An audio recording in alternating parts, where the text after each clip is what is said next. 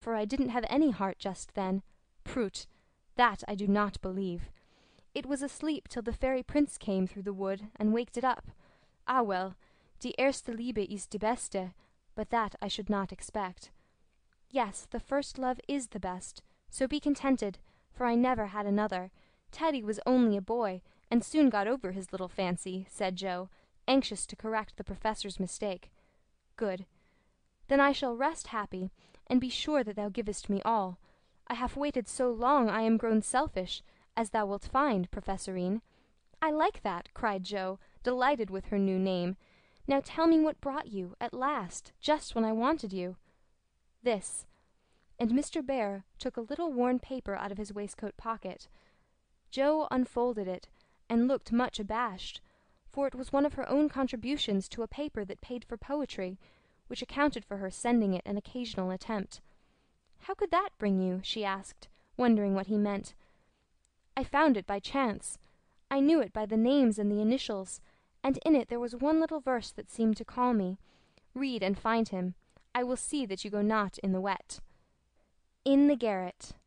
4 little chests all in a row, dim with dust and worn by time, all fashioned and filled long ago by children now in their prime. 4 little keys hung side by side, with faded ribbons brave and gay, when fastened there with childish pride, long ago on a rainy day. 4 little names, one on each lid, carved out by a boyish hand, and underneath there lieth hid histories of the happy band once playing here, and pausing oft to hear the sweet refrain that came and went on the roof aloft in the falling summer rain. Meg on the first lid, smooth and fair, I look in with loving eyes, for folded here with well-known care a goodly gathering lies, the record of a peaceful life, gifts to gentle child and girl, a bridal gown, lines to a wife, a tiny shoe, a baby curl. No toys in this first chest remain, for all are carried away in their old age to join again in another small Meg's play. Ah, happy mother, well I know you hear, like a sweet refrain, lullabies ever soft and low in the falling summer rain. Joe on the next lid, scratched and worn, and within a motley store of headless dolls, of schoolbooks torn, birds and beasts that speak no more. Spoils brought home from the fairy ground, only trod by youthful feet, dreams of a future never found, memories of a past still sweet. Half-writ poems, stories wild, April letters warm and cold, diaries of a wilful child, hints of a woman early old. A woman in a lonely home, hearing, like a sad refrain, "Be worthy, love, and love will come," in the falling summer rain. My Beth, the dust is always swept from the lid that bears your name, as if by loving eyes that wept, by careful hands that often came. Death canonized for us one saint, ever less human than divine, and still we lay, with tender plaint, relics in this household shrine. The silver bell, so seldom rung, the little cap which last she wore, the fair dead Catherine that hung by angels born above her door, the song she sang, without lament, in her prison house of pain, forever are they sweetly blent with the falling summer rain. Upon the last lid's polished field, legend now both fair and true, a gallant knight bears on his shield Amy in letters gold and blue. Within lie snoods that bound her hair, slippers that have danced their last, faded flowers laid by with care, fans whose airy toils are past. Gay valentines, all ardent flames, trifles that have borne their part in girlish hopes and fears and shames, the record of a maiden heart, now learning fairer, truer spells, hearing, like a blithe refrain, the silver sound of bridal bells in the falling summer rain. 4 little chests all in a row, dim with dust and worn by time, 4 women taught by weal and woe to love and labor in their prime.